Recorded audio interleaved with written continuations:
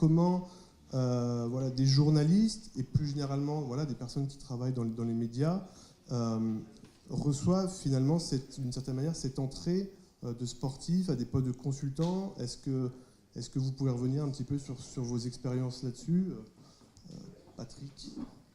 Ouais, bonsoir à tous. C'est vrai que c'est une question importante, l'évolution des consultants.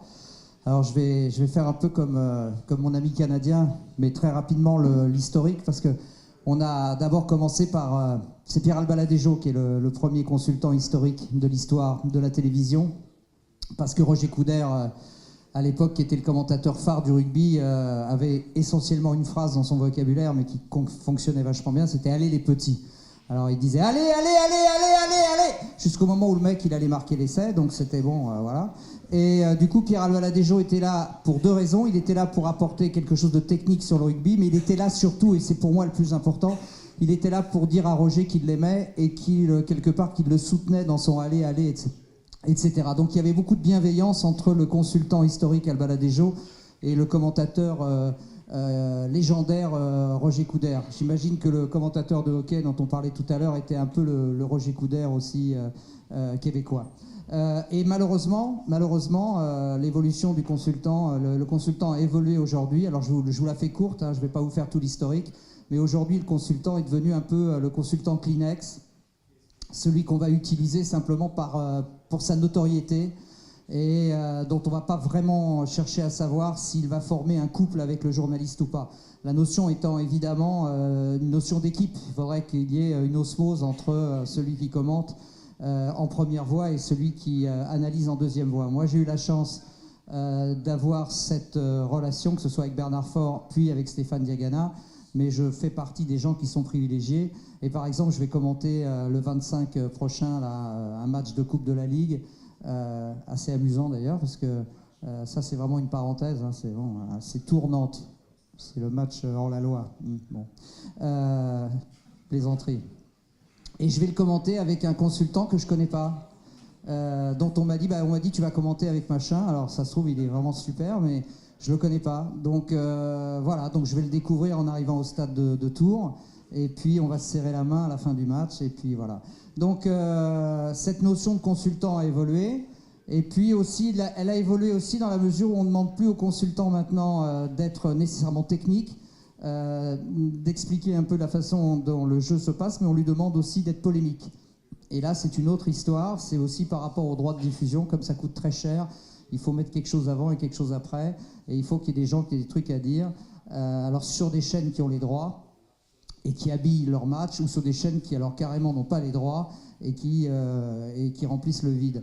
Donc je dirais qu'aujourd'hui, le rôle de consultant est devenu un peu, un peu compliqué. Je trouve qu'aujourd'hui, les sportifs sont un peu mis à toutes les sauces dans leur après-carrière. Et sur ce que j'ai vu tout à l'heure sur Twitter, voilà, c'est exactement la même chose. C'est-à-dire qu'on leur demande des choses, de faire des choses pour lesquelles peut-être ils ne sont pas spécialistes et qu'on ne revient pas à ce qu'ils peuvent nous apporter, c'est-à-dire la connaissance du jeu et des règles. Merci. Du coup, j'en profite pour m'excuser tout de suite. J'ai complètement oublié de présenter les différents professionnels présents, donc je m'en excuse. Et du coup, je vais leur demander de se présenter.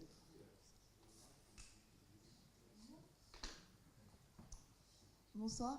Alors, Romane Anguard, j'ai 18 ans. Je joue au football à l'US Saint-Malo en D2. Et je suis en deuxième année de STAPS à Rennes. Et je compte une dizaine de sélections en équipe nationale. Voilà. Donc, Marion Lecouls, donc, je suis chargée de communication de l'équipe cycliste Fortunéo Oscaro. Pour ceux qui ne suivent pas trop le cyclisme, c'est une équipe qui évolue en deuxième division mondiale. Ça fait partie des 5 plus grosses formations françaises. Et chargée de communication, ça englobe plusieurs rôles. Donc j'ai à la fois le rôle d'attaché de presse, mais je crée aussi des contenus pour notre site internet, des contenus vidéo ou photos pour nos réseaux sociaux. Et j'accompagne aussi nos partenaires dans toutes leurs actions de communication. Et j'ai aussi travaillé 1 an au Girondin de Bordeaux, si ça intéresse. Bonsoir, moi je suis Mathilde Delazou, j'ai 21 ans et je suis pigiste au service des sports de France Télévisions, photographe également, et j'ai passé 3 années à Lannion en DUT et en licence de journalisme. Merci. Du coup, est-ce que vous voulez enchaîner, compléter ce qui a été dit par Patrick ? Non, mais c'est vrai que c'est intéressant ce qui a été dit avant et également par Patrick. C'est vrai que les réseaux sociaux que produisent les sportifs, ça nous permet à nous d'avoir une autre entrée d'informations. On a parlé beaucoup de Twitter, on a parlé beaucoup de Facebook, mais il y a aussi Snapchat qui est à prendre en compte. Je pense que dans la salle, vous êtes tous sur Snapchat, plutôt pour votre vie personnelle, mais pour votre vie professionnelle, vous verrez dans les prochaines années que ça va pouvoir vous aider parce que plus vous connaîtrez les sportifs, plus ils vont vous intégrer dans leur réseau un peu privé, comme on en parlait, et ça permet d'avoir des informations assez importantes sur le quotidien des sportifs, des infos, par exemple, quand un sportif se blesse et qu'il ne va pas forcément l'annoncer sur Twitter ou sur Facebook, où le club va pas communiquer dessus, mais sur Snapchat, il va mettre une story comme quoi il est à l'hôpital, comme quoi il est dégoûté parce qu'il va louper soit la prochaine course, soit le prochain match. Et quand tu es journaliste et que tu as accès à des mines d'or comme ça, forcément, ça te permet de traiter l'information avant tout le monde. Donc, c'est assez intéressant. Voilà. Merci. Est-ce que, pour revenir sur le point qui me paraissait effectivement au centre notamment du travail de Boris, on voit d'un côté le rapport quand même contraint des sportifs aux médias, notamment dans le rapport éventuellement à leur club, que ce soit le club de foot, une équipe de cyclistes. Est-ce que du coup, je me demandais, est-ce que par exemple dans l'équipe de France de féminine, même dans les équipes jeunes, est-ce que déjà vous êtes sensibilisés du coup à la gestion de l'image? C'est une première question. Oui. En effet, pendant les sélections, on a des petits moments avec des intervenants, donc le chargé de communication de la fédération, qui nous donne un peu des informations, des indications pour parler devant la presse ou même utiliser les réseaux sociaux. Faut faire attention à ce qu'on dit. C'est important parce qu'on véhicule une image et c'est vraiment important. Donc oui, on a plusieurs moments dans les sélections pour nous parler de ça.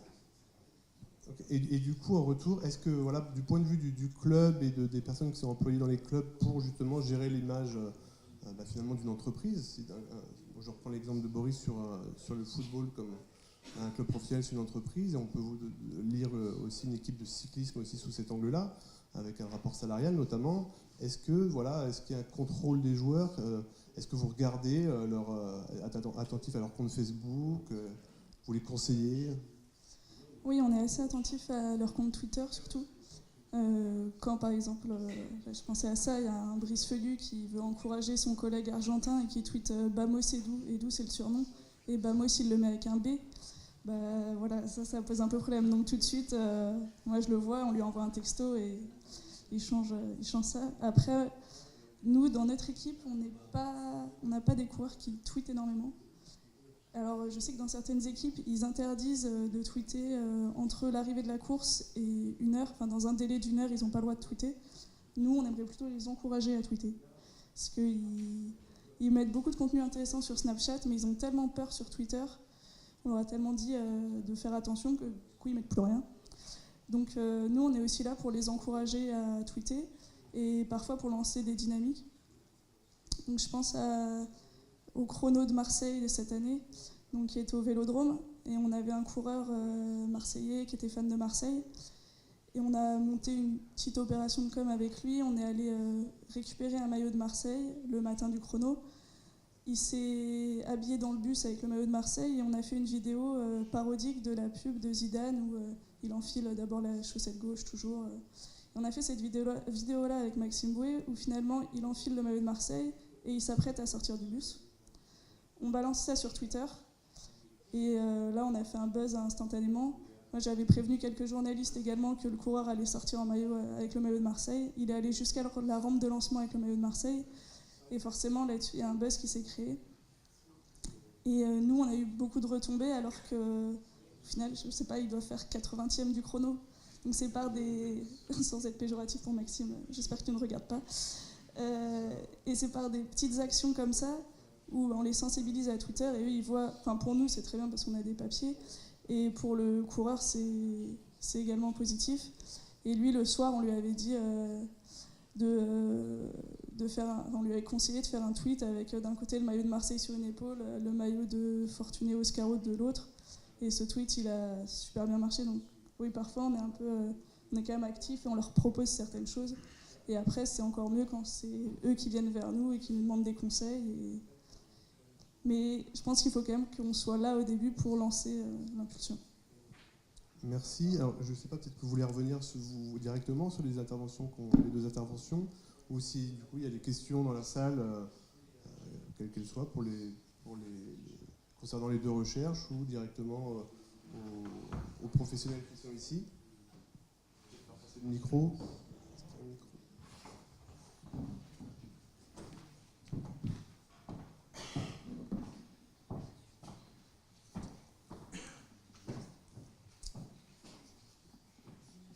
Une question. La première est la plus compliquée. Béatrice.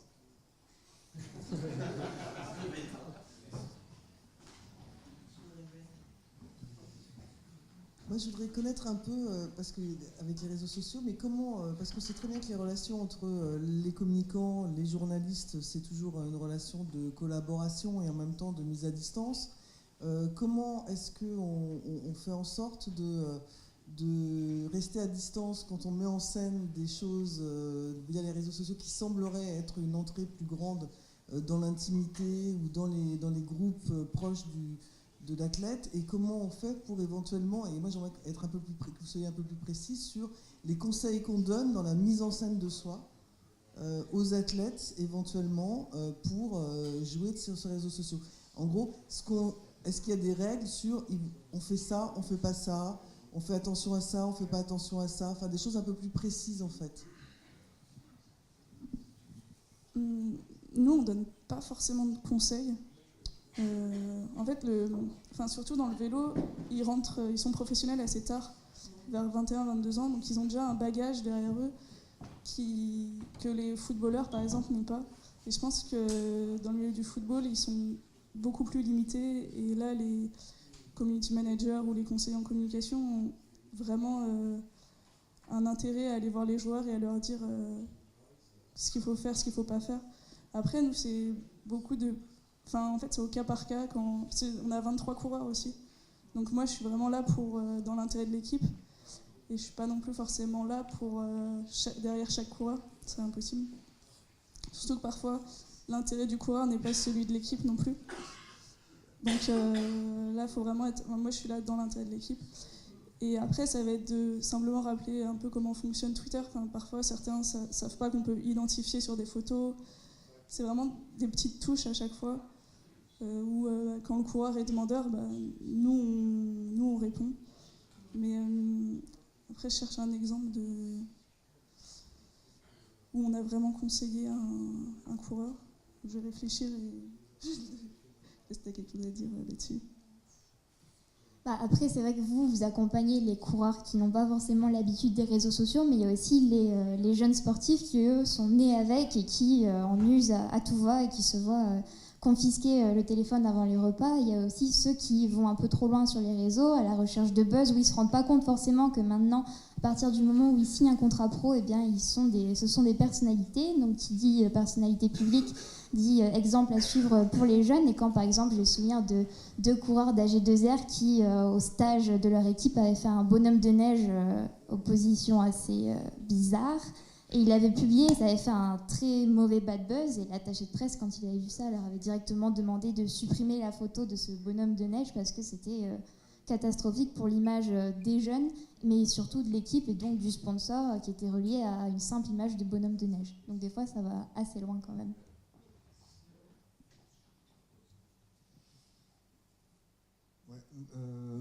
Juste une question sur le niveau de langage, parce qu'on l'évoque assez souvent pendant ces quelques jours, et notamment le niveau de langage des sportifs de haut niveau qu'on stigmatise à tort me semble-t-il, parce que l'idée de communiquer, on communique de différentes façons selon les situations. Et donc l'important, c'est évidemment de transmettre et de se faire comprendre.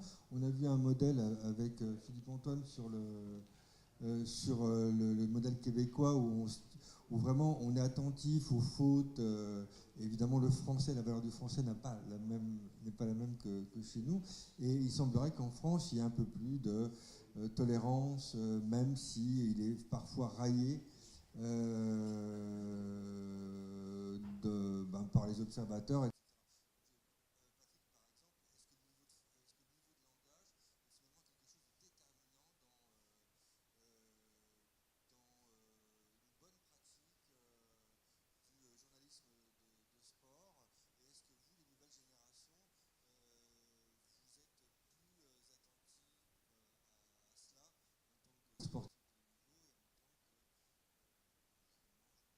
Consultant, etc. Voilà. Qu'est-ce que tu appelles niveau de langage? C'est-à-dire niveau de langage, la façon de s'exprimer ou le contenu de ce qu'on exprime? La façon, ouais. La façon de s'exprimer, effectivement, on ne peut pas demander à des... C'est lié aussi, hein, le contenu. Comment?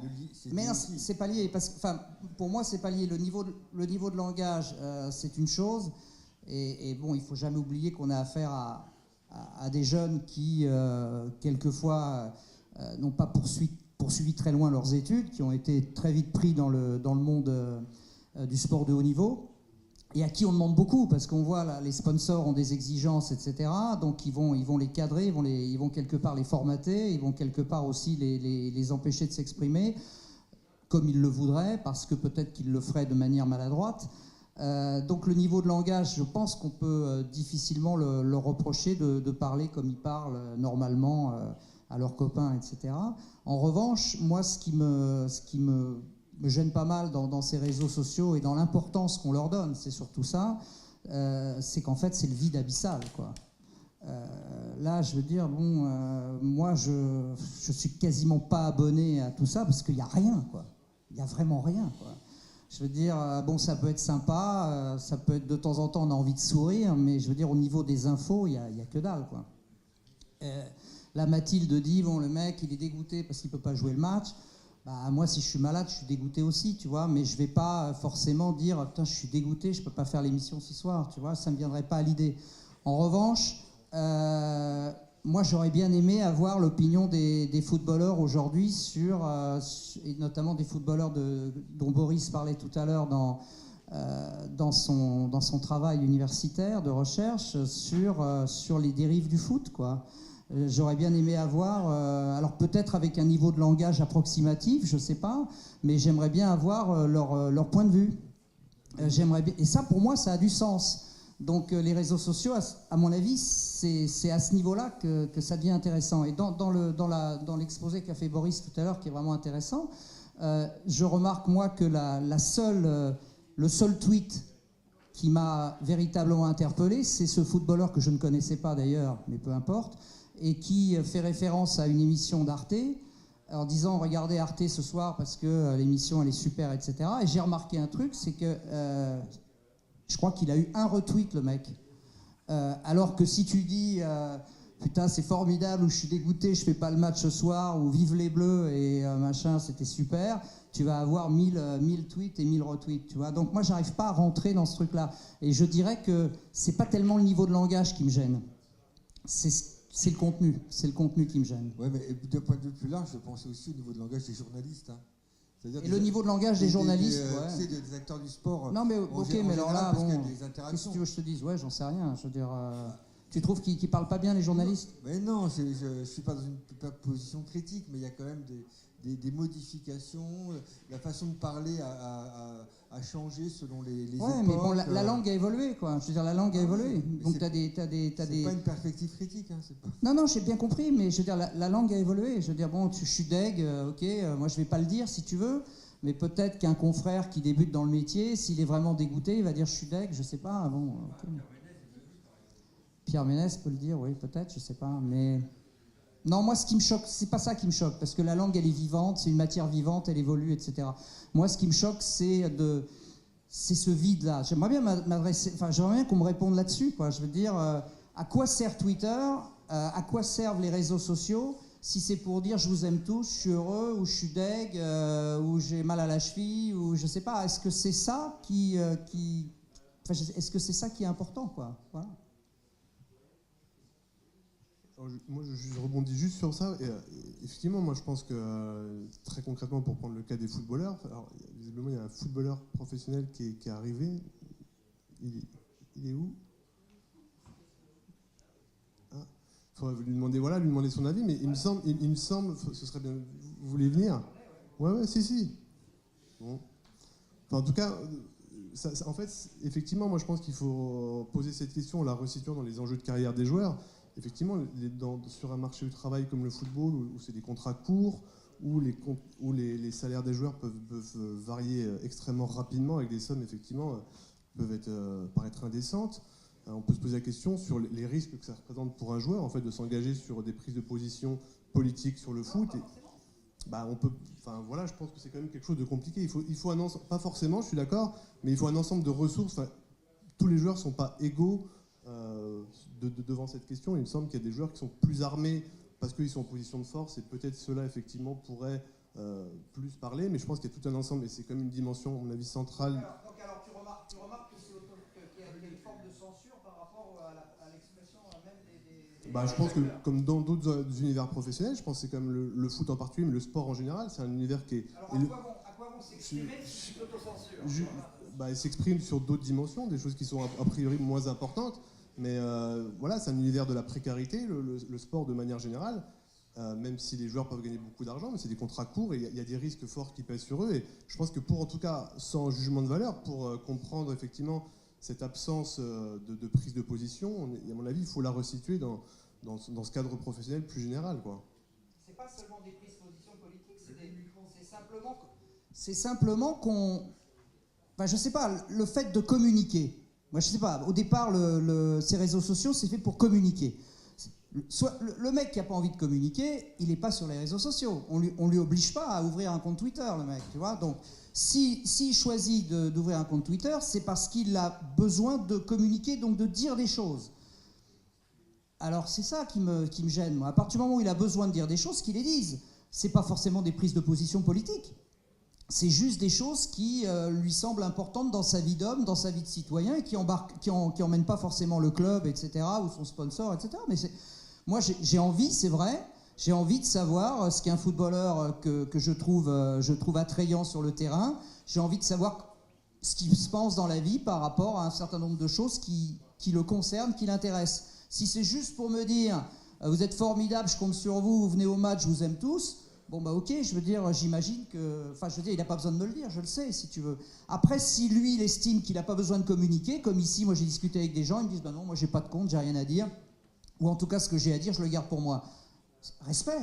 Mais si tu ouvres un truc pour rien dire, je veux dire, moi je suis toujours effaré, je suis vraiment effaré par cette communication du vide, qui, moi, me renvoie à quelque chose de plus important, c'est de me dire, est-ce que plus on communique, plus on a accès à des réseaux, est-ce qu'on n'est pas de plus en plus dans une extrême solitude? C'est ça ma question. La question aujourd'hui, c'est ça. J'ai l'impression qu'on est en train de gérer l'hyper-solitude avec ces ersatz-là, où en fait on parle pour ne rien dire. Ok, merci. Alors, désolé, il faut juste qu'on passe un appel, visiblement, à... C'est ça?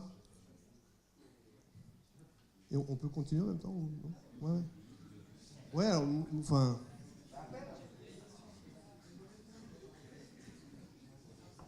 Parce que, du coup, vous dites à quoi sert Twitter, mais je pense qu'aujourd'hui, pour les sportifs... Je parle pas pour les sponsors. Non, pour les sportifs, c'est aussi qu'est-ce qui se passe si on n'est pas sur Twitter, en fait. Et, alors, qu'est-ce qui se passe? Et par exemple, si vous n'avez pas de compte Twitter, quelqu'un peut prendre votre nom et parler à votre place. Et ça, nous, ça s'est fait pour un coureur assez connu qui s'appelle Pierrick Fédrigo. Et une fois que ça s'est parti, on peut... Et là, vous, juridiquement, vous n'avez pas de moyen de l'empêcher? Non, on peut rien faire. Alors, parfois, on dit à des coureurs de simplement ouvrir un compte et on le fait certifier. Et au moins, comme ça, il n'y a pas d'utilisation de son nom qui est possible. C'était simplement cette précision. Vous m'entendez?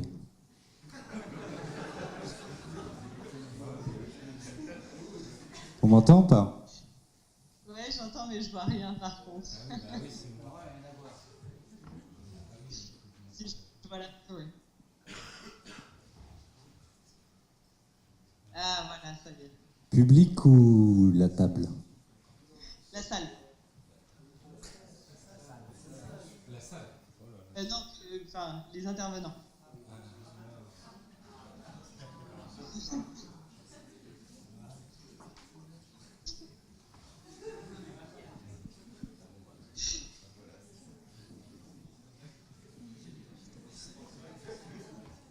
Oui, bon, bah, enchanté.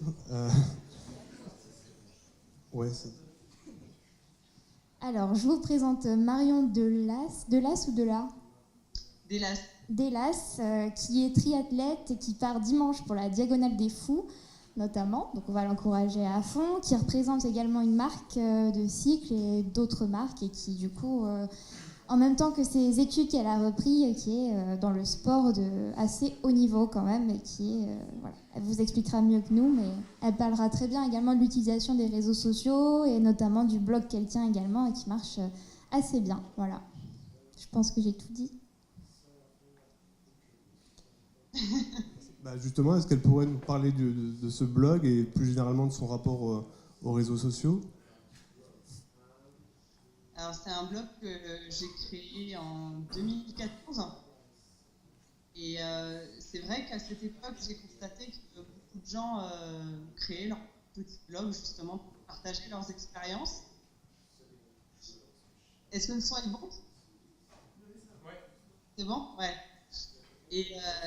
Et du coup, je me suis dit, pourquoi pas faire pareil. En fait, je suis adepte des sports extrêmes, comme le disait Mathilde. Et c'est une pratique qui était très peu représentée sur les réseaux sociaux. Je n'arrivais pas à trouver d'informations suffisantes sur ce type de pratique, quel matériel utiliser, mentalement comment se préparer. Donc voilà, je me suis dit, je vais moi partager sur mon site ces expériences, puis ensuite essayer d'interagir avec les gens qui tombent sur mon blog. Et à la suite de ça, j'ai créé la page Facebook, Instagram, Twitter. Du coup, c'est un peu le passage obligé pour être présent sur les réseaux sociaux. Donc pour vous, c'est effectivement, on est quand même sur des usages très différents des réseaux sociaux de ce que a pu présenter Boris dans son intervention. Et donc c'est une dimension vraiment à part entière, en tout cas de votre métier. Je ne sais pas si on peut parler de métier, si vous faites une activité professionnelle à côté, si vous avez une double activité de sportif de haut niveau et en même temps, comme beaucoup, effectivement ça a été rappelé, comme beaucoup de sportifs doivent travailler à côté parce que tous les sportifs ne sont pas des footballeurs professionnels.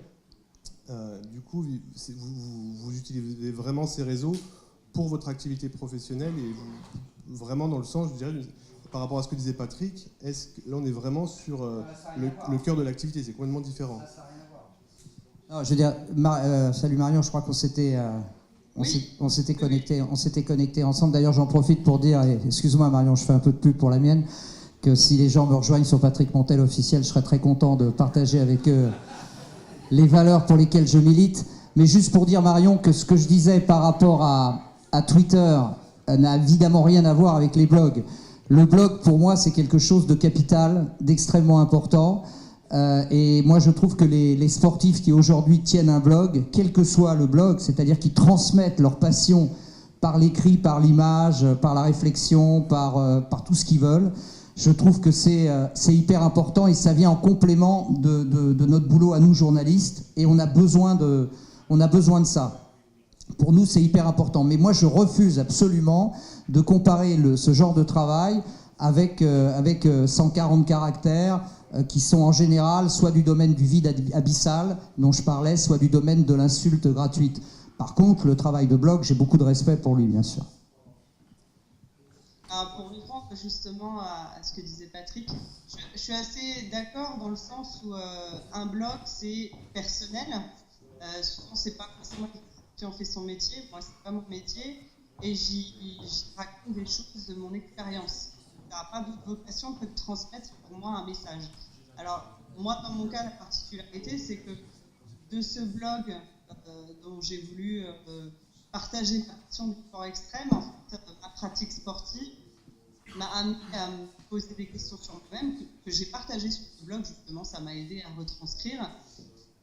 Et puis, vous voyez, cette année, j'ai quitté mon job, j'étais commerciale internationale et je reprends mes études en STAPS pour devenir prof d'activité physique. Et ce blog peut servir de support pour pouvoir transmettre ma reconversion pour pouvoir transmettre des données un peu plus scientifiques. Mais c'est pas un vrai métier journalistique comme on l'entend. Et moi, je suis certaine, parce qu'il y a beaucoup de journalistes que j'ai rencontrés qui m'ont dit que les blogueurs, maintenant, ils viennent sur des événements, ils sont invités, ils prennent peut-être plus d'importance que nous. Pour moi, c'est deux choses bien différentes. Il y a des gens qui viennent raconter leur expérience d'athlète avec leurs propres mots. Et ensuite, il y a le journaliste qui a une prise de recul et qui vient prendre de l'information et de manière complètement différente. Et d'ailleurs, sa retranscription est complètement différente. Oui, bonjour, bonsoir. J'ai une question qui s'adresse globalement à tout le monde et peut-être plus spécialement aux deux journalistes de France Télé concernant la façon dont vous utilisez les contenus, les réponses des téléspectateurs ou des internautes et du coup des autres tweetos en ce qui concerne les communicants, les sportives. Parce que, pourquoi d'abord aux journalistes de France TV? Parce que j'ai l'impression, mais vous allez peut-être me démentir, notamment sur l'athlétisme, il y a quelques années, vous utilisiez beaucoup plus les contenus publiés, notamment sur les blogs, les réponses, les commentaires. Il y avait des appels qui étaient lancés, des appels à témoins qui étaient lancés à l'antenne. Ensuite, vous les lisiez, vous lisiez les réponses, vous répondiez. Et j'ai l'impression qu'un paradoxe s'est créé, c'est que le contenu numérique de France Télé s'est développé, avec des contenus propres sur Snapchat, par exemple, avec Mathilde. Et qu'en parallèle, ce contenu, l'interaction est moins utilisée à l'antenne, du coup par vous, Patrick.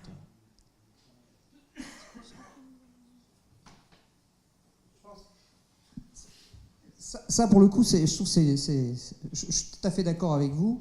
Mais c'est peut-être un manque de coordination peut-être avec le service dont Mathilde fait partie. Mathilde était à Londres avec nous, elle a géré toute la partie numérique. Alors je sais pas, elle a fait ses stories dont vous parlez, etc. On a eu l'occasion à une ou deux reprises de travailler ensemble, mais c'était très très ponctuel. Parce qu'en fait, elle était très prise par son boulot et moi très prise par le mien. Et en définitive, moi j'ai eu une démarche personnelle par rapport à ça, donc qui est indépendante de celle de Mathilde. Moi, cette démarche, c'est qu'au début, j'ai vu dans cette histoire de Twitter et de Facebook, j'ai vu un moyen extraordinaire de pouvoir parler avec les gens, de pouvoir interagir avec les gens. Et comme vous le voyez, je suis ici pour ça. Je suis ici pour parler avec les gens, je suis ici pour donner mon opinion, mais aussi pour recevoir celle des autres. Et je me suis dit, c'est formidable, t'imagines. Alors pendant les commentaires, c'est-à-dire en même temps que je commente, j'ai ma tablette à côté et personne ne le fait pour moi. C'est-à-dire que je le fais en même temps que je commente et je regarde, etc. Et j'avoue que j'ai été très déçu. C'est-à-dire qu'au début, j'étais très enthousiaste. Et puis après, je me suis aperçu que c'était soit des questions qui étaient très basiques du style qu'est-ce que signifie RN, record national, ou MPM, meilleure performance mondiale, etc. Et c'est des questions qui revenaient de manière récurrente. Donc une fois que tu as répondu une fois à la question, tu ne vas pas à chaque fois répondre la même chose. Ou alors c'était des attaques personnelles. Alors soit des compliments, mais alors quand on te dit vous êtes formidable, tu vas pas dire ah bah tiens il y a Anonymous 38 qui me trouve formidable. Tu dis rien quoi. Je veux dire bon. Et puis quand Anonymous 38 dit vous êtes et je passe le terme parce que là pour les éléments de langage me gênent beaucoup.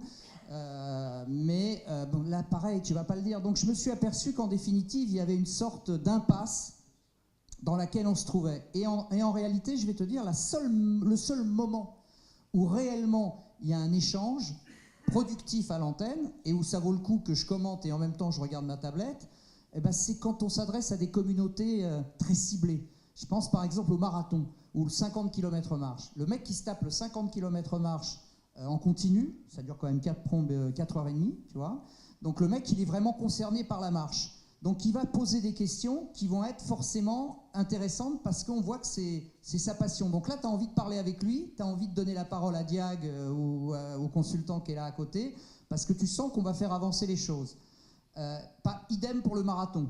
Maintenant, sur le très grand public, j'ai pas réussi à trouver le truc, quoi. J'ai pas réussi à trouver. Alors peut-être que toi, Mathilde, tu as des moyens plus simples, en tout cas plus efficaces de répondre à ça? Alors, je vais répondre brièvement. C'est vrai que sur les derniers événements, j'étais notamment en charge des réseaux sociaux de France TV Sport. C'est vrai qu'avant, on faisait peut-être plus passer les tweets à l'antenne, mais il n'empêche qu'on crée, grâce au hashtag France TV Sport, ou quand ils mentionnent les tweets de France TV Sport, on peut avoir accès aux questions des gens et on les transmet. Par exemple, sur le Tour de France, on peut les transmettre à Alexandre Pasteur. Et après, il y a les réseaux sociaux comme par exemple Snapchat, où après ça dépend de chaque personne qui le tient. Mais moi, personnellement, quand je tiens le Snapchat de France TV, je réponds à toutes les questions qui sont posées par les gens. Donc ça va du c'est quoi le saut à la perche au record national, je sais pas, du 400 mètres haies d'Afrique du Sud, enfin, un peu tout et n'importe quoi. Mais ce qui est bien, c'est que ça donne une impression de proximité aux gens par rapport aux grands médias France TV Sport. Et du coup, les gens sont contents quand on leur répond parce qu'ils voient que en fait, c'est plus accessible de nous poser des questions via ce système-là. Voilà. Après, c'est ça la force des réseaux sociaux. Après, sur Facebook aussi, on fait quand même des Facebook Live souvent où les gens posent en commentaire des questions et quand on a le temps de les voir, des fois ça arrive avec un léger différé, on les pose à l'athlète en question et généralement ça peut donner une interaction assez sympathique. Pour compléter, et je suis entièrement d'accord avec Mathilde, moi en direct c'est très compliqué de le faire, donc j'essaye de le faire pour le mieux, mais effectivement je réponds je donne la parole aux gens qui sont autour de moi sur des questions que j'estime pertinentes. Après, une fois que l'antenne est rendue, etc., je réponds à tout le monde personnellement, sauf ceux qui m'insultent, évidemment, ça n'a aucun intérêt, je veux dire, mais tous ceux qui, autrement, effectivement, sur Facebook ou sur Twitter, j'essaye de répondre à tout le monde parce que c'est quand même la moindre des choses. À partir du moment où c'est fait avec bienveillance et avec empathie. Si c'est dans l'insulte, évidemment, il n'y a rien à répondre. Mais autrement, bien sûr, mais je ne peux pas le faire à chaud, c'est impossible. Il faudrait qu'on ait... Alors, je ne sais pas, Alexandre Pasteur, vous avez un système particulier sur le Tour de France, peut-être, pour lui transmettre les tweets. Ce système n'existe pas pour l'athlétisme. Donc, si ce système existait pour l'athlétisme, si on avait une forme de community manager qui nous sélectionne les tweets et qui nous les passe, évidemment, on y répondrait. Est-ce que du coup, vous pouvez nous expliquer un petit peu comment ça fonctionne, Le système pour répondre aux gens? C'est pour ceux qui ont Snapchat dans la salle, je pense que vous savez, il y a des discussions, il y a des gens soit qui envoient carrément une photo de l'écran et qui demandent c'est qui lui ou c'est quoi, il y a des Français aujourd'hui, ou alors c'est des questions basiques, ils écrivent tout simplement un message et dans ce cas, j'y réponds. Donc ça prend beaucoup de temps. Sandy et Béatrice qui étaient avec moi à Londres ont pu voir le temps que je prenais à répondre parce qu'il y a en moyenne entre 250 et 300 personnes qui posent des questions, ils en posent plusieurs par jour, donc voilà, ça prend du temps, mais c'est intéressant. Merci, on a une question au fond. Bonsoir. Alors moi, c'est plus une réaction en fait, une remarque qu'une question à proprement parler. Je voudrais revenir sur quelque chose que Monsieur Montel a dit tout à l'heure. Il a dit à propos de Twitter que c'était vide d'infos, enfin creux en termes d'infos. Oui, en sport, mais même certains prononcent cette critique pas que sur le sport, mais en termes d'infos tout court. Et je pense qu'il faudrait avant tout replacer Twitter dans son contexte. Je pense que Twitter n'a jamais été, j'en ai le sentiment, n'a jamais été conçu dans l'idée d'être un média au sens traditionnel du terme, au sens du terme qu'on peut entendre en regardant une chaîne de télévision ou en allant sur un site d'information. C'est un média dit social, qui a pour but de créer des liens entre les gens, mais pas à proprement parler d'être un vecteur d'information comme on l'entend aujourd'hui. Donc la critique de dire Twitter c'est creux en termes d'infos, elle est peut-être vraie, mais elle n'a pas beaucoup d'intérêt dans la mesure où ça n'apporte pas grand-chose à la problématique et que Twitter est au final envahi par les journalistes, par les sportifs, par beaucoup de personnes qui utilisent Twitter en fait plus comme un outil de travail, plus que comme un vrai média social à proprement parler. Je suis entièrement d'accord avec toi, tout à fait d'accord avec toi, donc je corrige ce que je viens de dire, effectivement. Alors c'est peut-être la critique que je fais, elle s'adresse à mes confrères qui prennent la parole, les tweetos, je ne sais pas si ça s'appelle les tweets des sportifs, pour des choses qui sont hyper importantes en termes d'information. je pense que tu as raison. À partir du moment où on considère que Twitter crée simplement du lien, tout le monde a le droit de dire ce qu'il a envie, etc.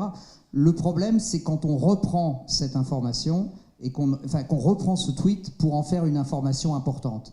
Et nombre d'émissions aujourd'hui vont reprendre des tweets en disant regardez, machin a dit ceci, machin a dit cela, et c'est là que je constate que c'est du vide, et je me dis que en reprenant ce tweet et en faisant une information majeure, on passe à côté d'autres informations qui, elles, mériteraient peut-être d'être développées. Mais cette critique que je fais est valable pour Twitter, mais valable aussi pour l'info en continu aujourd'hui, où on a tendance à mettre en exergue des informations qui, à mon avis, dans la hiérarchie, n'ont pas leur place.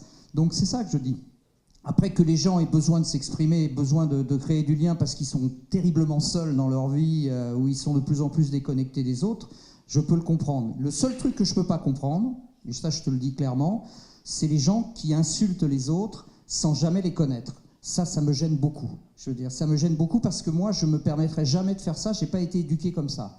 Donc, traiter quelqu'un de tous les noms alors que tu ne l'as jamais vu, tu ne sais même pas qui c'est, je trouve que je veux dire, c'est quelque chose qui pour moi est inconcevable. Après, le vide, oui, bien sûr, on peut partager du vide avec des potes, mais on ne peut pas en faire une information, c'est ça que je veux dire.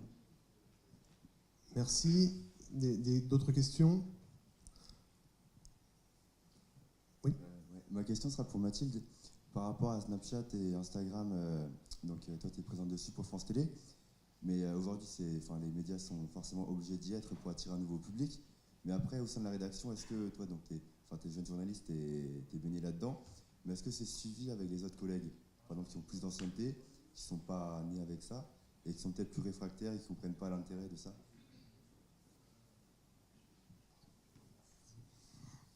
C'est vrai qu'on a mis du temps à s'y mettre, mais maintenant tout le monde s'y met. Il y a même eu des formations Snapchat au sein de la rédaction pour des gens qui ont 35-40 ans.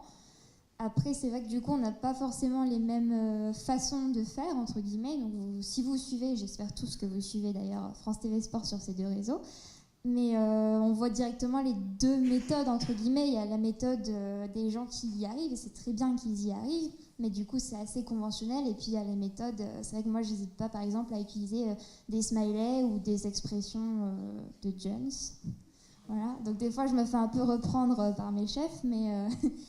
Mais c'est ça qui est intéressant aussi, c'est de voir qu'il y a toutes les générations, entre guillemets, maintenant qui arrivent sur ces réseaux parce qu'ils ont compris que comme ça, on peut réussir à attirer un public peut-être plus jeune qui passe moins de temps peut-être devant la télé ou en tout cas qui regarde la télé avec son portable sur les genoux ou sa tablette. Merci. Oui.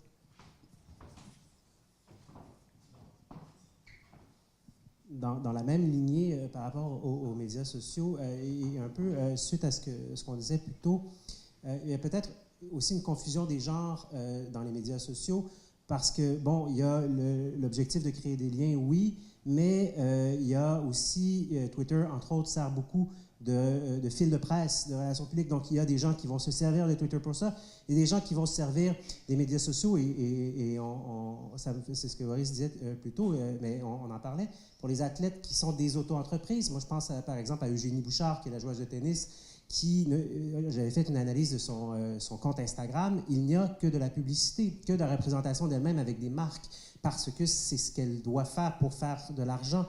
Parce qu'elle ne gagne pas de trophée. Mais l'idée étant que la confusion des genres fait en sorte que la confusion des genres, l'absence de ligne claire entre les médias sociaux et entre les usages qu'on fait des médias sociaux crée cette confusion-là, probablement, qui complexifie à la fois la tâche des personnes qui sont représentantes d'organisations ou des athlètes qui vont justement, puis c'est ce qu'on disait plus tôt, qui vont se mettre en représentation. Est-ce que je mets ma famille sur tel réseau social? Est-ce que j'utilise... Alors, il faut utiliser les paramètres et les codes. Et ces codes-là, ils s'inventent au fur et à mesure qu'on les écrit, qu'on les utilise. Donc, ce flou-là est quand même là.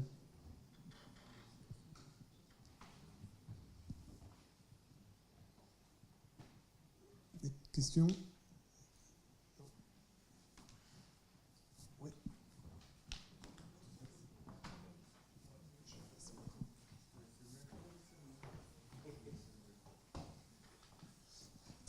on a deux représentants de deux sports que sont le football et le triathlon.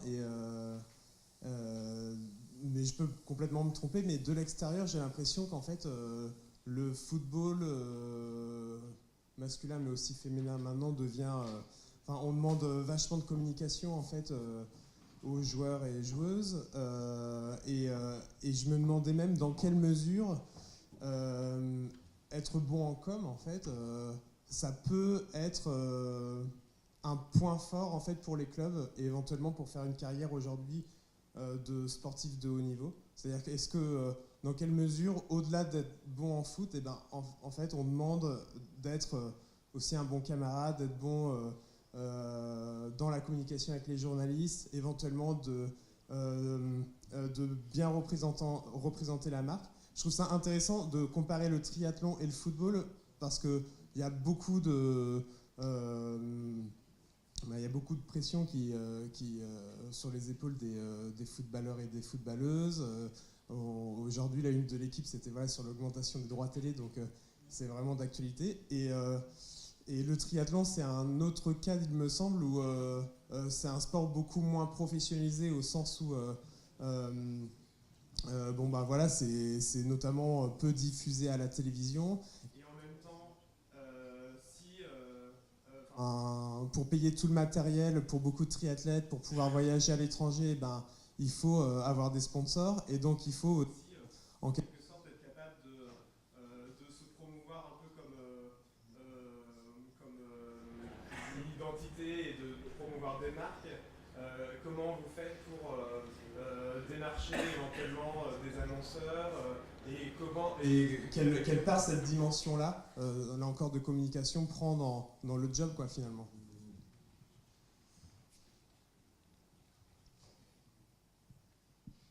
Là, c'est pour moi, c'est ça. Alors, moi, je veux bien répondre à cette question parce que justement, je discutais avec une marque qui m'expliquait aujourd'hui ce dont on a besoin, c'est pas forcément de performance, mais c'est de quelqu'un qui puisse représenter la marque. Alors, d'un côté, c'est un peu choquant parce qu'on se dit, mince, sportif, il fait du sport, il fait des perfs. Et aujourd'hui, on ne lui demande pas que ça. Une marque, elle a un type sportif, elle a besoin de rendement. Le sportif de haut niveau, c'est un vrai métier aujourd'hui. Donc, il fait des notes de frais, il a des sponsors, donc il a des obligations. Et la contradiction en plus, c'est qu'il est médiatisé. Le sport s'est fait vu, ça génère des valeurs. Il représente une nation, une équipe, une marque. Il est toujours en représentation quand il est en train de jouer, quand il est à la télé, quand il fait un interview pour un journaliste. Donc, pour moi, ça n'a rien de choquant dans la mesure où c'est un métier, c'est de l'ordre du privé, c'est pas un métier public. Donc, il a ses contraintes et il a ses obligations. Après, il y a des gens qui sont moins forts pour ça naturellement. C'est-à-dire, un joueur de foot, il est peut-être doué pour jouer au foot, mais par contre, en communication, il n'est peut-être pas bon. Et je crois qu'au fur et à mesure de l'évolution justement des médias, des réseaux sociaux et de tout ce qui traîne sur la toile, je crois que ces athlètes pros, notamment dans le football, ils le sont déjà, mais ils vont être briefés pour communiquer, c'est aussi les managers qui viennent filtrer ces informations-là. Alors après, le triathlon, c'est quand même moins connu, c'est moins mis en avant. Aujourd'hui, les triathlètes, c'est des gens qui galèrent quand même financièrement par rapport à d'autres sports. Donc, boulot, mais du coup, c'est des gens qui ont moins de contraintes aussi. Au niveau médiatique, à mon sens, ils ont toujours ce plaisir de pratiquer leur sport et d'avoir une représentation. Après, on le voit, les réseaux sociaux, c'est simple. Si on publie rien, on n'existe pas. Si pas d'information, on n'existe pas. Donc, l'athlète, s'il veut du retour médiatique, s'il veut des sponsors, c'est sa partie à lui d'activer les réseaux sociaux, d'activer les médias, etc. Je ne sais pas si ça répond entièrement à ta question. Merci. Après, je pense que oui, c'est le sportif choisit si oui ou non il veut faire de la pub. Après, je peux prendre l'exemple de Laure Boulot, qui a eu une période un peu creuse au niveau football, mais elle est toujours restée présente sur les réseaux sociaux. ce qui a fait qu'on ne l'a pas tellement oublié. Enfin, leur boulot, je pense que ça parle à pas mal de monde dans la salle. Et elle a bien réussi. Enfin, le football féminin, on peut pas tellement en vivre, enfin, à moins de jouer à Lyon ou au PSG. Et elle a bien assuré son après-carrière. Enfin, elle a réussi à avoir des contrats avec plusieurs marques, avec des médias. Elle commente certains matchs. Et je pense que c'est selon l'envie de la personne. Il y a certaines joueuses qui ne veulent pas du tout toucher à ça, et d'autres qui aiment ça comme leur boulot du coup. Mais c'est selon l'envie de la personne. Après, dans le football, il n'y en a pas forcément le besoin, surtout chez les hommes où les revenus sont assez bons. Après, c'est plutôt la marque, par exemple Nike, Adidas, qui oblige les joueurs à poster des choses pour représenter la marque, mais les joueurs ne sont pas forcément obligés d'eux-mêmes de communiquer. Et je pense qu'on pourra aller encore plus loin avec des clubs qui peut-être recruteront des joueurs ou des sportifs uniquement, enfin pas uniquement, mais pour leur capacité sportive, mais aussi pour leur capacité de communication. Je pense qu'un Pierre Boubi pourrait être recruté, je sais pas, par le Stade Rennais, parce qu'il est bon en communication et que ça apporterait un certain dynamisme. Et je pense aussi, nous, dans le vélo, si on a une sélection à faire pour le Tour de France, s'il y a 2 coureurs, si la dernière place est entre 2 coureurs, s'il y en a un qui est très bon sur les réseaux sociaux et qui peut amener des journalistes au bus, il aura une plus grande chance que celui qui a personne sur les réseaux sociaux. Et ça tend de plus en plus vers ça.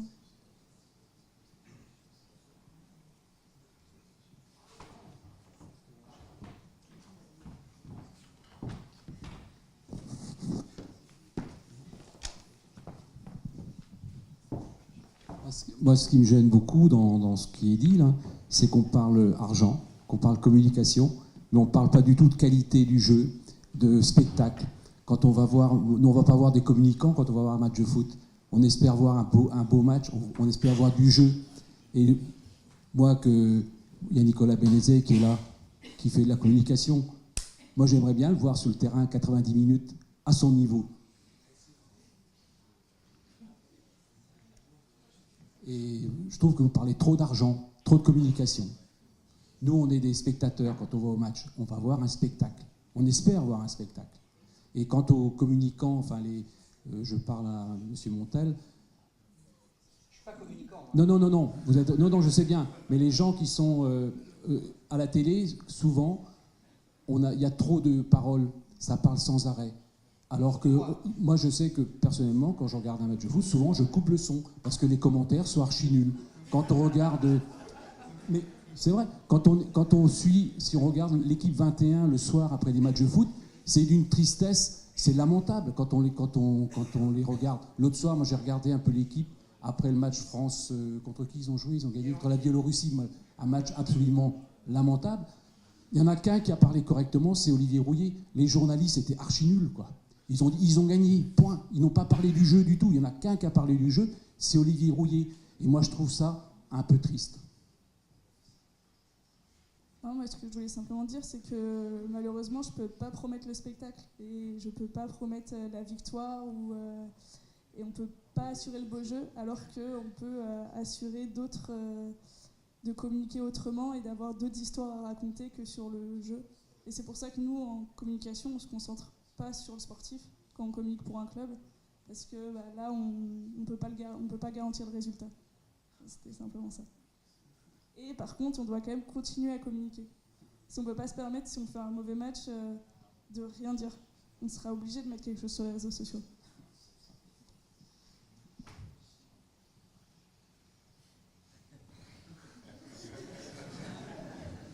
Non, mais je comprends très bien. Après, c'est bon, je vais pas parler à la place de l'équipe TV, mais ils n'ont pas les droits du foot, donc ils sont obligés d'habiller le truc. Donc, effectivement, c'est ce qu'on appelle la gestion de l'espace. Et effectivement, après, rien ne vous empêche de... C'est vous qui vous êtes mis sur cette chaîne-là, à cette heure-là. Vous aviez sur Arte l'opéra de Verdi, qui était vraiment très bien, quoi.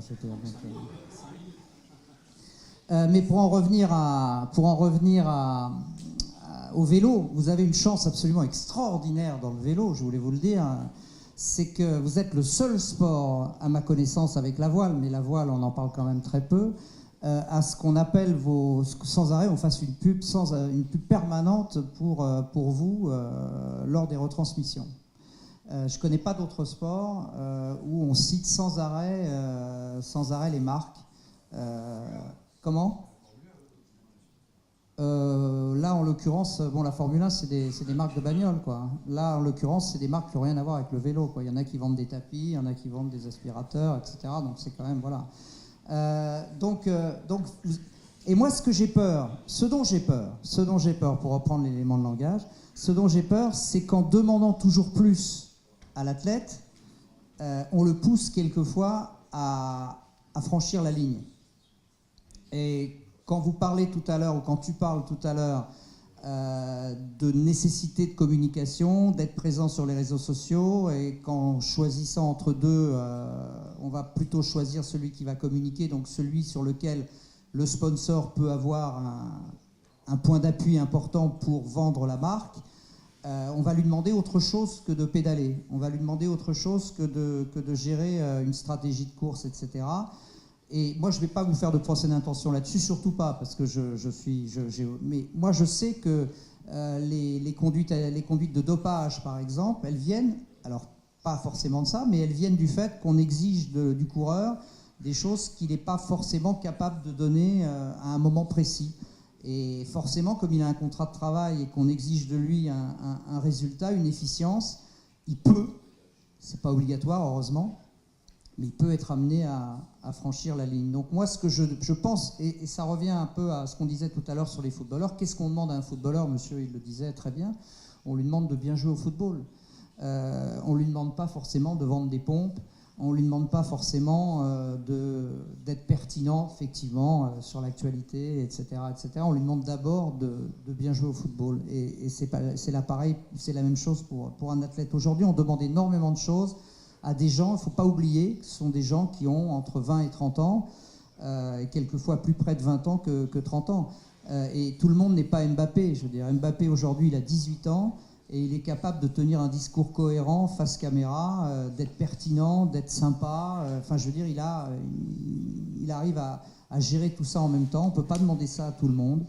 Et je pense qu'il faut avoir un peu de bienveillance par rapport à ça. À la fois nous, médias, mais aussi vous, sponsors.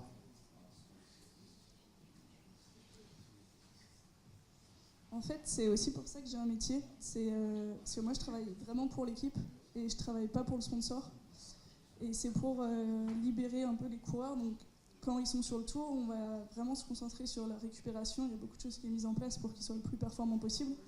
Et c'est pour ça que moi, j'interviens. C'est vraiment pour pas qu'ils aient à penser aux médias. Moi, je sélectionne les médias auxquels on va répondre. À la ligne d'arrivée, je les amène au plateau. Je leur fais un petit rappel de ce qui s'est passé dans l'étape, parce que les coureurs aussi, quand ils arrivent, il faut savoir qu'ils ne savent pas forcément qui a gagné, ou ils ne savent pas forcément le résultat de leurs collègues. Donc moi aussi, je suis là pour leur rappeler ces éléments, et après, je peux aussi être là pour leur donner 2-3 idées de tweets le soir, parce qu'ils n'auront pas le temps, eux, d'y réfléchir. C'est pas parce qu'ils sont bêtes, c'est juste s'ils ont d'autres choses à penser. Voilà, après 200 km de vélo, ça peut se comprendre. Répondre à une interview après 200 km, on peut aussi faire des erreurs. Donc voilà, moi je suis aussi là pour les aider et pour faciliter le lien avec les médias. Mais quand tu parlais tout à l'heure de cette photo avec le maillot olympique de Marseille d'un côté et de l'autre côté le maillot du sponsor, tu parlais bien vis-à-vis du sponsor. Oui, et après c'est sûr que c'était plus une image sympathique du coureur qui était renvoyé. C'est ce qu'on appelle de la pub. Oui. Non, je sais pas si c'était de la pub là, parce qu'on mettait pas grand. Enfin, il y a quelques interviews de Maxime Bouet qu'il a donné, et lui il était hyper content de ce moment-là. On l'a aussi fait là pour lui. Et il nous a remercié dans ses interviews parce qu'on est allé se débrouiller pour aller chercher le maillot. Donc tout ce qu'on fait, c'est pas non plus intéressé, mais après c'est un bon retour pour nous. Après, là, par exemple, on prend souvent l'exemple du Tour de France. Le Tour de France, il faut savoir qu'il y a quand même 700 000 journalistes tous les jours du monde entier. Et forcément, le Tour se construit par les victoires, mais aussi les belles histoires du Tour. Et par exemple, pour l'équipe de Marion cette année, il y a eu beaucoup de buzz au début de Tour parce qu'il y avait dans son équipe le plus jeune du Tour de France, Élie Gesbert, qui fêtait ses 22 ans le jour de la première étape. Et c'est des belles histoires comme ça, forcément, auxquelles on s'intéresse et qui sont évidemment très bonnes aussi pour l'équipe parce que ça fait une très bonne pub pour vous, mais forcément pour nous aussi les médias parce que de notre côté, ça fait une histoire en plus, une histoire qui change du résumé de l'étape et de l'interview du maillot jaune. Ouais, je réagis à un mot qui a été dit ce soir par Patrick pour la première fois à ma connaissance depuis le début de la journée, c'est le mot dopage. Quelle pudeur de gazelle ont les journalistes de La gazelle, sport. c'est Marie-Jo, c'est pas moi. Hein. Non mais... Justement, peut-être, mais quelle pudeur de gazelle pour en parler et peut-être quelle défiance aussi, quel fossé s'est creusé avec des téléspectateurs qui sont pas dupes de performances parfois hors du commun et qui, par la suite, malheureusement, sont confirmées comme étant des tricheries. Alors évidemment, on peut pas juger avant d'avoir des faits confirmés. Ceci dit, on a vu, en vélo peut-être, parce que moi j'ai regardé beaucoup le Tour de France et malheureusement les années où j'ai regardé le plus le Tour de France, les vainqueurs ont tous été déclassés et la rumeur montait et on finit avec des cas comme Rasmussen et compagnie et à la fin, tout le monde le dit, la rumeur circule dans le peloton parmi les journalistes et jusqu'aux téléspectateurs lambda qui à l'époque n'avaient même pas forcément les réseaux sociaux pour le voir, pour le lire, pour le savoir. Et donc, on parlait beaucoup de lissage de communication, d'image des sportifs, de belles histoires aussi. On a entendu ça avec François-Xavier de Châteaufort cet après-midi, de raconter des belles histoires, mais les journalistes ne sont pas là pour raconter des belles histoires, sont là pour raconter des histoires et elles ne sont pas forcément belles. Voilà, c'est la réaction que j'avais. Je suis entièrement d'accord avec toi. Le seul problème, c'est qu'aujourd'hui, juridiquement, tant qu'il n'y a pas une preuve avérée, tu peux rien affirmer parce que tu vas être poursuivi pour diffamation et ta société aussi. Donc, il faut faire très très attention à ce que tu dis, même si tu as des doutes très avérés, comme c'était le cas dans certains cas, qui se sont ensuite avérés malheureusement vrais. Mais donc tu ne peux absolument rien dire. Et puis deuxièmement, on est dans cette morale qui moi me gêne beaucoup, qui n'est pas le fait de savoir si le mec il est dopé ou pas, mais c'est le fait de savoir s'il est pris, il va être pris ou il va être pas pris, ou il va pas être pris. C'est-à-dire qu'en gros, le mec qui s'est dopé et qui n'est pas pris, il n'y a aucun problème pour lui. Donc en fait, c'est juste cette histoire-là qui me gêne. Et puis la troisième truc qui me gêne encore plus, et qui n'a vraiment rien à voir avec la pudeur d'une gazelle, c'est que, et j'en ai fait l'amère expérience lorsque j'ai poussé mon coup de gueule sur Neymar, non pas que j'avais quelque chose contre Neymar, évidemment, que je trouve formidable en tant que footballeur, mais j'ai trouvé que c'était légèrement indécent de parler de 200 millions d'euros pour un transfert de joueur. Je me suis heurté au rêve. Et ça, le rêve, quand tu te heurtes au rêve, c'est violent. Et en fait, les gens, en tout cas une partie de la population, du grand public, dit à propos des joueurs, à propos de ceux qui se dopent et qui se font prendre, foutez-nous la paix, laissez-nous rêver. Sous-entendu, qu'eux meurent à 40 ans, c'est pas notre problème. Nous, ce qu'on veut, c'est être dans notre canapé et prendre du plaisir à regarder un spectacle sportif. Donc il y a cette forme d'hypocrisie aussi, et nous, on est pris un peu en sandwich entre les deux, c'est-à-dire qu'on sait des choses, mais on ne peut pas les prouver, donc on se tait, et en même temps, on se heurte à des gens qui n'ont pas envie de savoir. Donc ça, c'est quand même une situation qui est très inconfortable. Alors moi, je vous le dis là, donc je ne devrais pas le dire évidemment, mais je dis toujours les choses, donc je le dis quand même. J'ai la gazelle que je suis, et pour reprendre un élément de langage qui m'est cher, il se trouve que la langue française est d'une richesse infinie et qu'il y a notamment un adjectif qui peut nous permettre de nous en tirer avec les honneurs. Et cet adjectif, c'est l'adjectif stupéfiant. Et une performance peut être stupéfiante sans pour cela qu'on nous poursuive en justice. Voilà. Merci. D'autres questions ?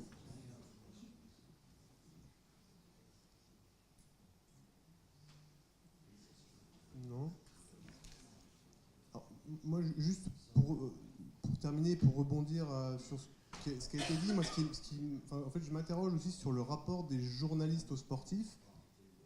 Et est-ce que vous pouvez en parler un peu plus? Alors, ça me fait aussi penser que c'est difficile de mettre tous les journalistes sportifs dans le même sac, d'une certaine manière, parce qu'on voit quand même qu'il y a des grandes différences selon les sports, et on voit quand même la place centrale du football qui vient quand même très souvent, et sans doute les relations entre journalistes et sportifs se déclinent pas du tout de la même manière dans les différents sports. Est-ce que vous pourriez nous en dire un peu plus là-dessus, enfin, votre vision sur cette relation? En tout cas, moi, sur ce que je vois du foot, on a à la fois des personnes qui jugent beaucoup les joueurs. Vous évoquez la violence, notamment des mots envers des journalistes tout à l'heure. Il y a aussi beaucoup de violence des journalistes en direction des journalistes en direction des footballeurs, parfois, où il suit certaines émissions, il est complètement nul, etc. Des fois, ça peut être très violent. On ne se permettrait pas ce genre de pratique avec d'autres personnes. Ce qui est extraordinaire, c'est que des mecs qui ne savent pas jouer au football qui disent que d'autres sont nuls. Donc, moi, je pense au foot en premier, c'est ce rapport qui peut... Voilà, les joueurs sont jugés, et les journalistes les jugent, peuvent les critiquer, et en même temps, les journalistes... Enfin, je pense au foot, et je voudrais savoir comment ça se passe dans d'autres sports. En même temps, les journalistes ont des intérêts à nouer des relations avec eux, pour avoir des bons contacts, pour avoir des bonnes interviews, etc. Et voilà, est-ce que vous pourriez nous parler un petit peu de cette tension et comment éventuellement elle se décline dans d'autres univers que le foot?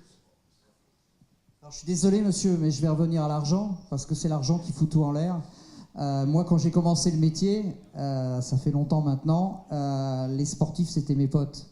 Donc, je pouvais même imaginer, alors pas tous évidemment, mais il y avait un certain nombre de sportifs de très haut niveau avec lesquels j'aurais même pu imaginer partir en vacances. Vous voyez, c'est-à-dire qu'on avait les mêmes loisirs et qu'on avait globalement, on pouvait imaginer qu'on pouvait, en termes de pouvoir d'achat, à peu près gérer à peu près les mêmes choses.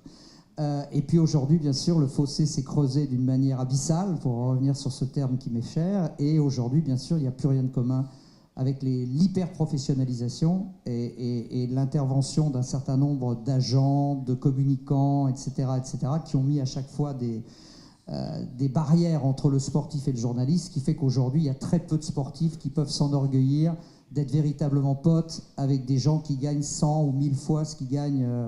Donc c'est juste impossible. On ne peut pas être pote avec Usain Bolt. Même si Usain Bolt est un mec formidable, c'est impossible d'être copain avec lui. Et je pense qu'aucun journaliste sportif est copain avec Neymar. Je veux dire, ça me semble complètement impossible. En revanche, Marion qui est là et qui patiente, eh ben, on peut être copain avec elle. Et ça, c'est quand même top. Alors, pourquoi on peut être copain avec elle? Parce qu'elle ne vit pas de son sport, parce qu'elle est passionnée par son sport, et parce que son sport n'est pas ultra médiatisé. Elle va partir faire la Diagonale des Fous à La Réunion, qui est une épreuve absolument magnifique, mais il n'y a que sa mère qui en parlera, et puis peut-être 2 ou 3 journalistes locaux. Mais elle va prendre du plaisir à faire ça, parce que son sport, c'est sa passion, et qu'il n'y a pas de référent monétaire par rapport à sa performance.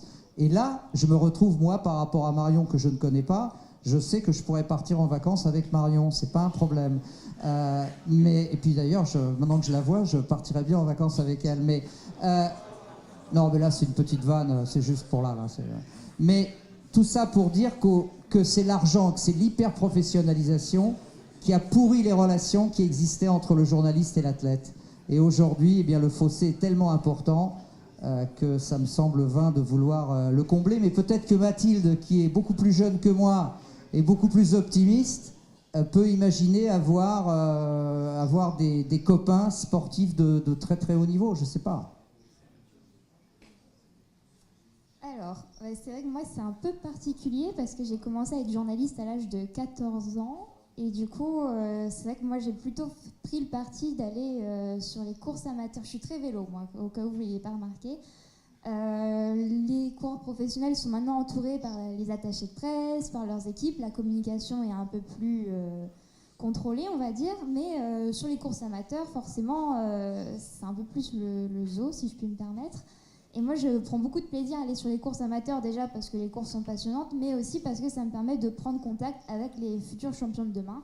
Donc c'est vrai que depuis toute petite, en fait, j'ai grandi en même temps que les champions qui sont aujourd'hui à la télé et qui gagnent des étapes du Tour de France.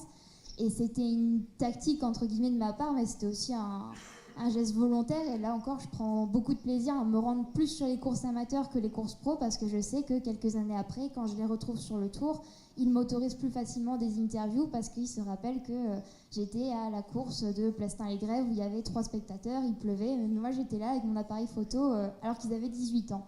Donc ça m'aide un petit peu plus. Après, pour les autres sports, j'avoue que je ne connais pas beaucoup, donc là, je m'aide beaucoup grâce aux attachés de presse. Et juste pour préciser que nous, on n'est pas là pour mettre des barrières. Et au contraire, en fait... Pas du tout. Non. En fait, nous, notre but, c'est quand même de faciliter le lien entre les médias et les sportifs. Et aujourd'hui, les sportifs, ils sont très, très méfiants envers les journalistes. Et si c'est pas moi qui vais voir les coureurs pour leur dire bah, tiens, là, tu as une interview avec l'équipe, ce sera cadré, donc ce sera 20 minutes et ça parlera de ça et de ça, le sportif, il refusera l'interview. Pourquoi ? Parce qu'il n'aura pas le temps, il n'aura pas vu le mail, et tout simplement parce qu'il a de plus en plus peur des journalistes. Alors que, voilà, si moi je fais le lien, à chaque fois, de toute façon ils n'ont pas le choix, mais il y a quand même beaucoup de journalistes qui ensuite me remercient en me disant bah voilà, là vous avez facilité l'interview, et donc c'était quand même de rappeler qu'on n'est pas... Enfin moi je me suis pas dit tiens, qu'est-ce que je vais faire dans la vie, tiens, je vais embêter les journalistes. C'est pas arrivé comme ça. C'est vraiment... nous on est là parce qu'on est passionnés de sport.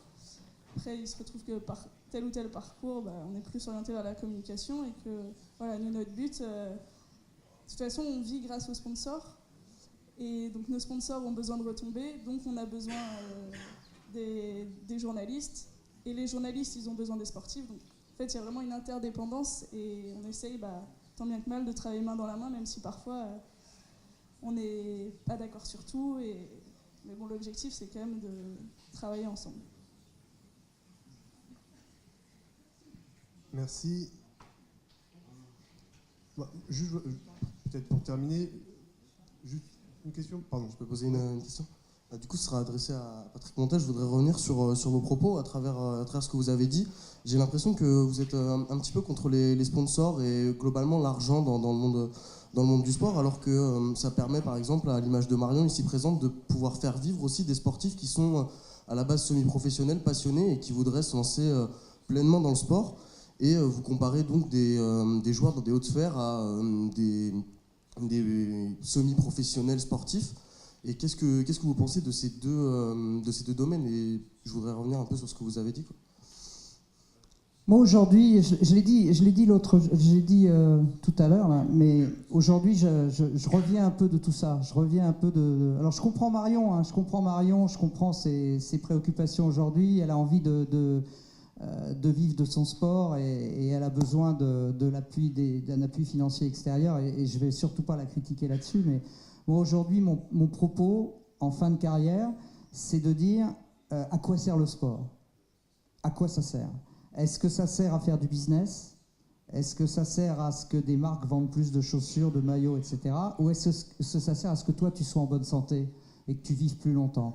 Et aujourd'hui, moi, c'est ma préoccupation. Alors peut-être que c'est un combat ringard, je ne sais pas, mais aujourd'hui, moi, c'est ça qui m'intéresse. Aujourd'hui, c'est de développer des valeurs, de mettre en exergue les valeurs du sport qui font que des gens vont se sentir mieux dans la peau. Aujourd'hui, on a des facteurs qui sont de sédentarité, des facteurs d'obésité, des facteurs extrêmement graves. Je veux dire, aujourd'hui, il faut quand même prendre conscience qu'on n'est pas une nation de sport, que les gamins au lycée font pas vraiment de sport. Et donc, il y a des enjeux majeurs en termes de santé publique. Moi, aujourd'hui, je suis journaliste, je me sens investi de ça. Alors peut-être c'est ringard, mais je me dis aujourd'hui, je me sens déconnecté du sport de haut niveau. Je me dis, bon, la performance, ok, c'est génial. Marion, elle va se défoncer sur la diagonale, et j'espère qu'elle va réussir un truc, qu'elle sera en accord avec elle-même et qu'elle sera heureuse quand elle arrivera. Mais je me dis, l'essentiel, il est ailleurs. L'essentiel, c'est de se sentir bien dans sa peau. L'essentiel, c'est de trouver la bonne allure, le bon souffle et d'être heureux. Et je me dis, aujourd'hui, le sport a tous les moyens pour parvenir à ça, à condition de gérer un peu le reste. Alors, j'ai rien contre les sponsors, mais je me dis, il ne faut pas qu'ils prennent trop de place. Il ne faut pas que l'argent soit le seul moteur. Il faut que la personne qui fasse du sport le fasse d'abord parce que c'est quelque chose qu'elle ressent à l'intérieur d'elle-même en tant que bien-être et en tant que... voilà, je veux dire, donc... mais aujourd'hui, c'est ça, voilà, c'est ça. Et je trouve qu'il y a beaucoup de dérives, je trouve qu'il y a beaucoup de dangers qui gravitent autour du sport. Et malheureusement, je m'aperçois à chaque fois que c'est un rapport avec le pognon. Et moi, aujourd'hui, j'adhère pas, voilà. Il y en a un dans la salle qui apprécie déjà, pas mal. Alors moi, j'aimerais juste intervenir, si c'est possible, par rapport à ce qu'a dit Patrick. Pour moi, il y a une... Alors, si le sport est influencé par l'argent, moi, je crois que les professionnels, même si les marques, elles vont préférer quelqu'un qui communique bien, il n'empêche qu'une personne qui va bien au football, elle ne se retrouve pas en pro. Enfin, la performance, c'est le premier déterminant. Après, bien sûr, la personne qui communique bien, elle est valorisée au niveau du sponsoring. Mais pour moi, une personne qui est pro, elle est quand même passionnée pour faire ce qu'elle fait, pour s'infliger autant d'heures d'entraînement. Elle n'est pas là par hasard. Alors, c'est que moi qui ne suis pas pro, et j'aspire pas tellement à l'être, j'aspire juste à cet équilibre entre pouvoir faire mes aventures extrêmes et les ultra-trails, les ultra-triathlons, et en même temps être simplement bien dans ma vie. C'est comment dire, la relation à l'argent, elle est gérée par l'humain. Si quelqu'un comme Neymar, il demande plus, s'il va faire plus de sponsoring, ça n'empêche pas qu'il a quand même une performance sportive. Donc pour moi, les deux sont vraiment... le pognon ne dégrade pas les performances malgré tout. Merci. Du coup, je pense qu'on va terminer là-dessus, sur ces derniers échanges. Merci à tout le monde, merci aux intervenants de nous avoir présenté leurs recherches et aux différents professionnels de nous avoir donné un petit peu leurs avis et puis de faire part de leur expérience. Et puis, bonne soirée à tout le monde.